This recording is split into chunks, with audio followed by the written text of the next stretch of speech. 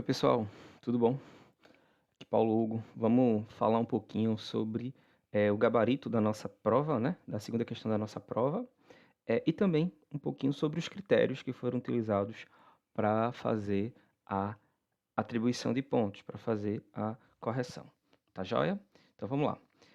Nas questões, nos itens A e C, foi dado um sistema, certo? Um sistema linear de equações.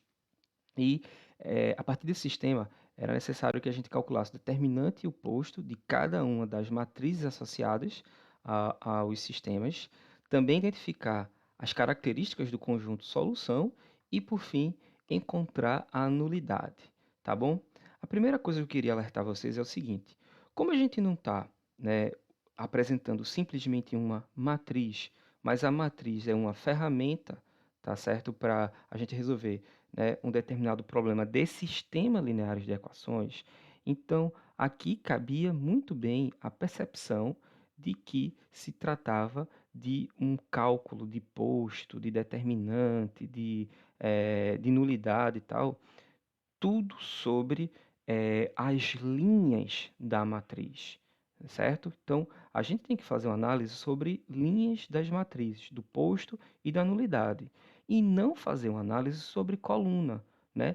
Para o contexto de sistemas lineares, a análise deve ser sobre esse aspecto, ok? Então, quem fez uma análise diferente disso, quem calculou posto, né, analisou o posto ou a nulidade em termos de coluna, infelizmente não sabia o que estava fazendo.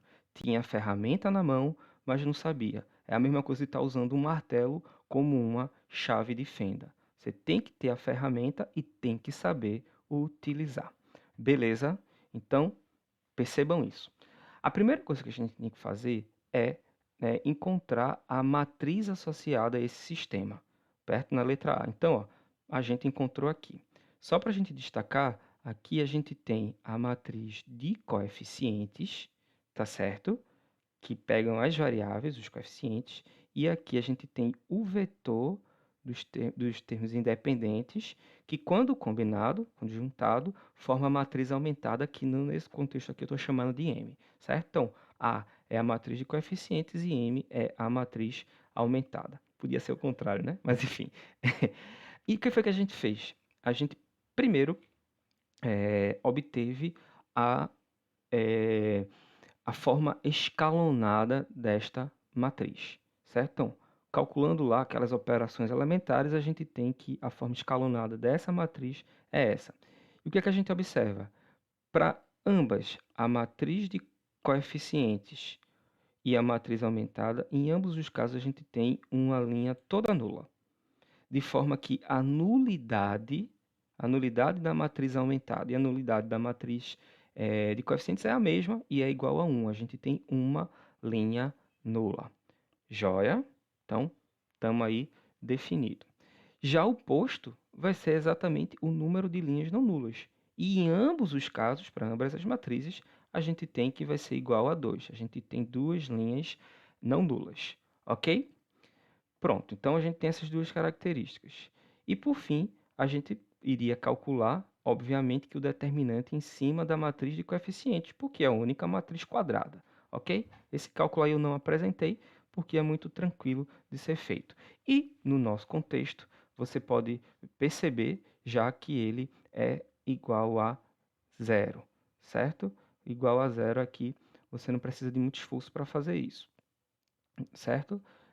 Desde que as matrizes são equivalentes, né, matrizes equivalentes, elas têm determinantes proporcionais, tá? Então, se aqui, ó, a gente já encontra que o determinante é zero da matriz, dessa matriz aqui, né, escalonada, então a matriz original também vai ter o determinante proporcional a zero. Zero vezes qualquer número também é zero, né? Portanto, não teve muito esforço. Enfim, agora, gente, encontrado o determinante, encontrado o posto e também a nulidade, a gente precisa identificar as características do conjunto solução. Para fazer isso, a gente precisa relacionar o posto de ambas as matrizes e o determinante. Então, o que é que a gente observa nesse cenário? O posto da matriz de coeficientes e o posto da matriz aumentada são iguais e iguais a 2, certo? Então, o sistema vai ter solução sim. E como o determinante é igual a zero, a gente, por essas duas razões, pode afirmar que o sistema tem infinitas soluções. Mas não basta dizer que o sistema tem infinitas soluções. A gente tem que encontrar que soluções são essas para identificar essas características do conjunto solução. Então, ó, aqui a gente pode simplesmente, né, escolher uma das variáveis. Eu escolhi a z, certo? Né? A gente vê aqui que como tem um termo independente, a gente tem uma variável livre, e aí eu fiz com que z fosse a minha variável livre e tomei y e x em função de z. Basta a gente resolver essas equações, né, representadas aqui por essas linhas, tá bom? Então, fazendo isso, a gente encontra os valores de z, y e x. Tá aqui as características do conjunto de solução. Professor, eu escolhi fazer com y. Não tem problema. Você coloca y como uma variável independente e encontra x e z em função dela. Isso vai ser plenamente aceito, sem nenhum problema, desde que esteja correto, tá? Beleza? Então a gente precisava encontrar todas as características e fazer todas essas afirmações para que a questão fosse devidamente computada. Vamos para o item B? Aqui, ó, no B, a gente vai ter um outro sistema. Deixa eu ativar aqui rapidinho.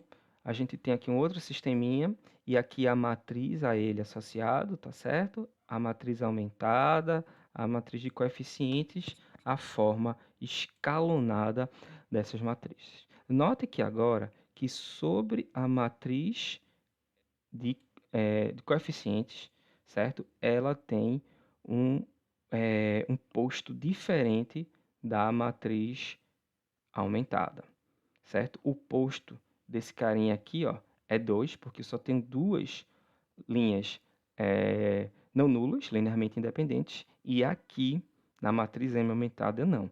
Eu tenho 3 linhas linearmente independentes, portanto o posto aqui é 3. Muda, tá vendo?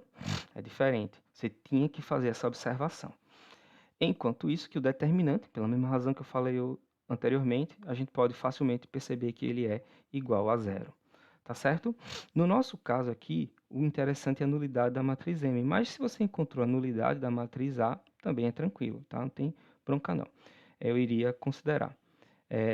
Nesse caso, para a matriz M, a nulidade é zero, porque a gente não tem nenhuma linha, certo? E tem que ser análise sobre as linhas. Nenhuma linha nula, ok? Muito bem, gente. Então, ó, a gente precisava agora encontrar as características do conjunto de solução. Então, afirmando que o posto da matriz A é diferente do posto da matriz M e que o determinante é igual a zero, por causa disso, o sistema não tem solução. Aí, se não tem solução, não tem o que encontrar, né? Paciência. Mas você precisava apresentar essa argumentação para afirmar que o sistema não tinha solução. Se você simplesmente chegou disso daqui e achou que eu iria deduzir que o sistema não tinha solução, acertou, eu deduzi. Mas aí eu não consigo comprovar que você sabe ou que você não sabe. Portanto, você deveria ter feito esta afirmação, certo? Vamos embora. Item C. Bem, o item C, o professor fez uma maldade aqui. Eita, professor malvado. Olha, a gente simplesmente trocou a ordem das variáveis. O x está numa hora no lugar, depois foi para o outro, não sei o que lá, não sei o que lá. Mas você poderia escolher, né, a ordem de como ia colocar as variáveis. Eu segui a ordem de x, y, z e w, certo? E você poderia trocar, né? Poderia trocar x com y, z com w. Muita gente fez isso, né? Fez x, y, w e z, certo? E teve uma pequena diferença que eu já comento. Pronto, então fazendo isso, a gente parte agora para encontrar a forma escalonada. Então aqui, ó, forma escalonada, matriz de coeficientes, matriz aumentada, tá bom? Só para a gente ficar aqui atento. Então, sobre a matriz de coeficientes, a gente percebe que o posto é 4. Temos 4 linhas não nulas. E sobre a matriz aumentada também é 4. tá bom? A gente também tem 4 linhas, não colunas. A gente está falando de sistemas. 4 linhas não nulas. Beleza? Então, em ambos os casos, a nulidade vai ser igual a zero, certo? A gente não tem nenhuma linha nula, a nulidade é zero. Aqui já muda um pouquinho, gente. Quem calculou o determinante pela matriz equivalente, infelizmente teve problemas, porque o determinante de matrizes equivalentes são proporcionais e não iguais. Então, você teria que ter calculado o determinante, perdão, a partir dessa matriz aqui, certo? Que no meu caso deu menos 1. Quem trocou a ordem de Z com W, enfim, quem trocou a ordem aqui, né, diferente do que está aqui apresentado, simplesmente mudou o sinal. Ora é menos 1, no meu caso, ora é 1. Quem fez isso não teve a pontuação diminuída. Caso tenha acontecido, você me indica aí, certo? Mas né, o critério que a gente utilizou não foi, né, que deveria ser penalizado, tá? O determinante sendo 1 ou menos 1, tá ok. Bem, então o que é que a gente faz agora? A gente vai observar o seguinte, aqui, ó. Como os postos da matriz de coeficientes da matriz aumentada são iguais e que o determinante é diferente de zero, para esse cenário, sobre essas perspectivas, a gente afirma que o sistema tem uma única solução. E a gente precisa encontrar ela. E aí basta você vir para essa matriz aqui, transformar no sistema e vai encontrar que a solução única, independente da ordem que você colocou aqui, a solução única é esta daqui. Tá certo? Então, a gente tem que essa é a solução única que você precisava encontrar a solução para esse sisteminha. Tá joia? Pronto, então, bem tranquilo. E item D, pá, pronto. Essa item D foi para torar. Essa questão foi a mais difícil da prova inteira, né? Tem termos aqui, ó, termos quadráticos, termos cúbicos, biquadrados, uma coisa horrível, professor malvado. E o que a gente queria era encontrar os valores de x que tornam essa matriz invertível. Ó, muita gente simplesmente pegou isso daqui, certo? Pegou isso daqui, opa, e depois jogou para cá. E disse, ó, isso aqui tem que ser diferente, pau. Rapaz, não fez nem um comentário. Gente, a gente precisava comentar que para a matriz ser invertível, qualquer uma delas, seria necessário que o determinante fosse diferente de zero. Quem não fez essa consideração inicial teve uma punição, certo? A nota foi reduzida, certo?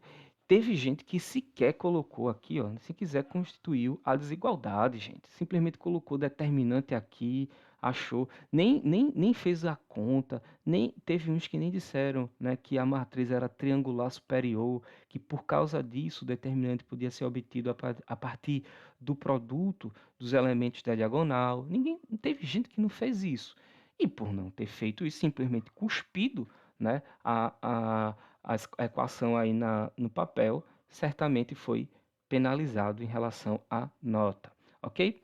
Bem, então, feito isso, a gente está vendo que o determinante vai ter que ser diferente de zero e que ele é igual ao produto desses elementos aqui, é o que está escrito aqui nessa linha. E para observar essa desigualdade aqui, a gente tem que x tem que ser diferente desses valores. Logo, os valores que satisfazem isso, né, que tornam essa matriz invertível, são todos os valores reais para x, desde que não seja 1, menos 2 e 4. Beleza?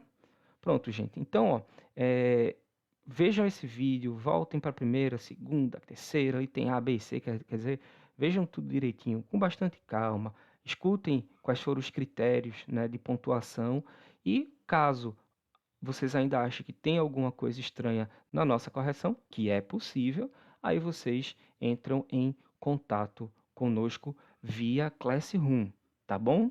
Então tá, gente, um grande abraço aí, até breve.